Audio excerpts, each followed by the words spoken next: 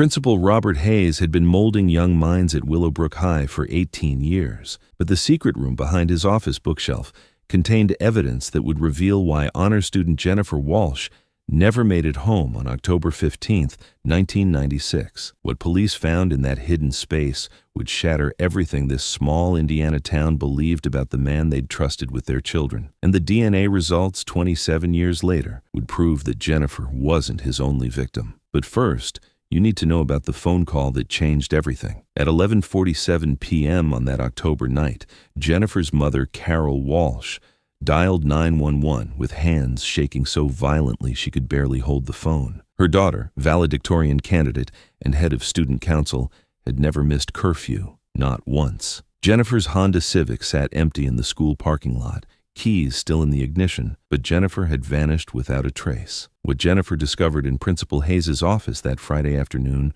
would cost her everything. Security footage from that day, footage that wouldn't be reviewed until 27 years later, showed Jennifer entering Hayes' office at 4:23 p.m.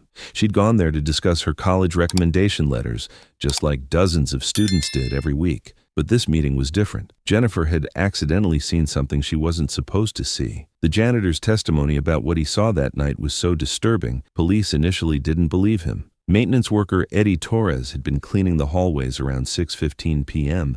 when he heard what sounded like furniture being moved in the principal's office. Through the frosted glass door, he could see two silhouettes, one significantly larger than the other. Eddie told investigators he heard a girl's voice say, "Please don't," and then silence. When he knocked on the door, Principal Hayes emerged alone, straightening his tie and explaining that he'd been moving filing cabinets. The evidence hidden in Hayes' basement would remain undiscovered for 15 years. Hayes had been Willowbrook's golden boy, former football star, devoted family man, pillar of the Methodist Church. When Detective Sarah Morrison questioned him about Jennifer's disappearance, his alibi was rock solid.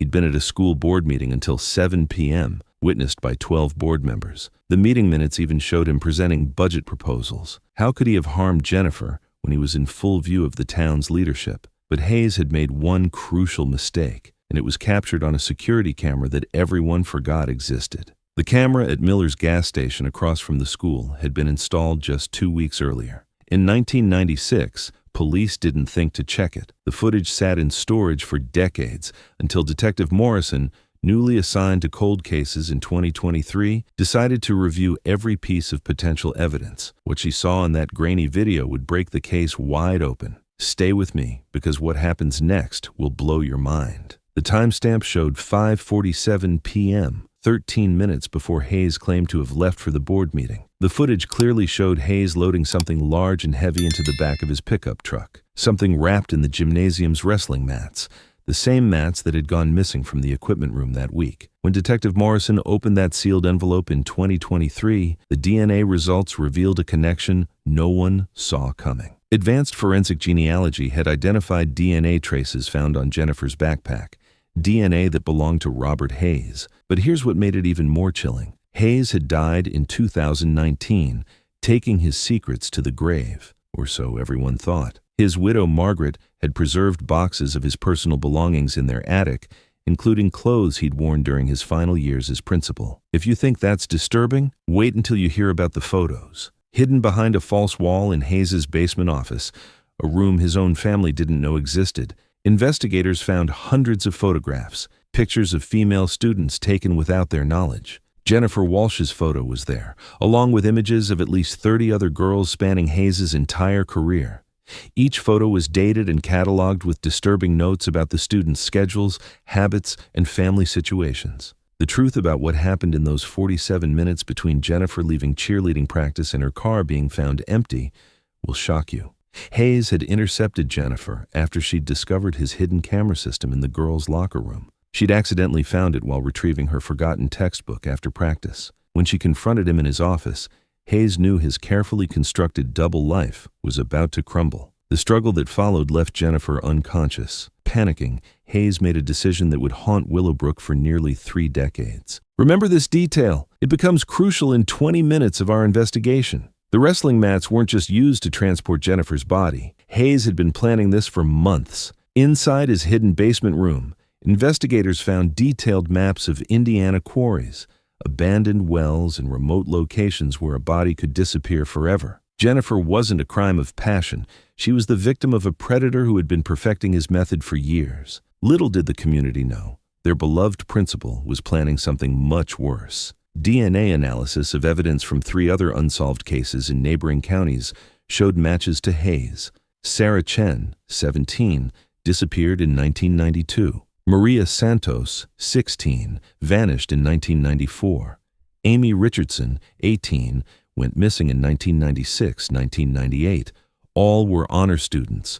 All had met with Principal Hayes about college recommendations in the weeks before their disappearances. What they found buried beneath the school's memorial garden would change everything.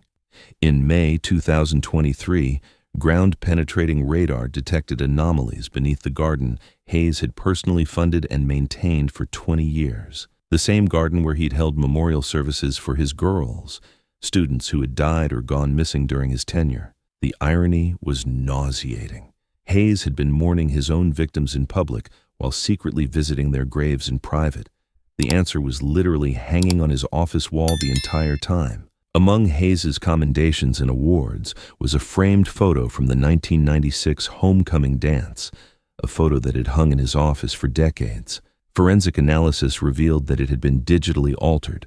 The original version, recovered from the school's archived files, showed Jennifer Walsh in the background, wearing the same necklace found with her remains. Hayes had photoshopped her out, erasing her from the record while keeping her memory close. What you're about to hear has never been revealed to the public until now. Margaret Hayes, the principal's widow, came forward in June 2023 with information that broke investigators' hearts. She'd found Jennifer's student ID card in her husband's desk drawer while cleaning out his belongings after his death. For 4 years, she'd lived with the terrible knowledge but couldn't bring herself to contact police. The guilt had consumed her, but she'd finally found the courage to seek justice for the girls her husband had destroyed. This one piece of evidence would have solved the case immediately, if they'd only looked closer. The school's time clock records from October 15, 1996, showed that Hayes had punched out at 5:52 p.m., 8 minutes before Eddie Torres saw him moving furniture. Someone else had used Hayes's ID card to create a false timestamp. That someone was his assistant principal, David Chen, Sarah Chen's father, who had been blackmailed into providing Hayes with alibis for years after discovering the principal's secret photography operation. The DNA results were about to expose a secret that had been hiding in plain sight for 27 years.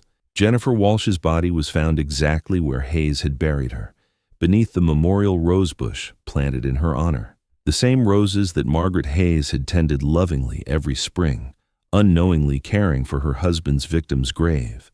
The community that had celebrated Hayes as Educator of the Year had been unknowingly complicit in maintaining his cover. If you've been following this case from the beginning, you know that justice, when it finally arrives, often brings as many questions as answers. Jennifer Walsh's story serves as a chilling reminder that evil can hide behind the most trusted facades in our communities. The principal who shaped young minds by day became their destroyer by night, using his position of authority to prey on the very students he'd sworn to protect. For those families in Willowbrook who had trusted their children to Robert Hayes, the revelation created a trauma that extends far beyond Jennifer's murder. How many parent-teacher conferences had they attended, smiling and shaking hands with their daughter's killer? How many school events had Hayes supervised, selecting his next victim while parents applauded his dedication to education? The case officially closed on October 15, 2023, exactly 27 years after Jennifer Walsh disappeared. But for the families of Sarah Chen, Maria Santos, and Amy Richardson, the investigation continues.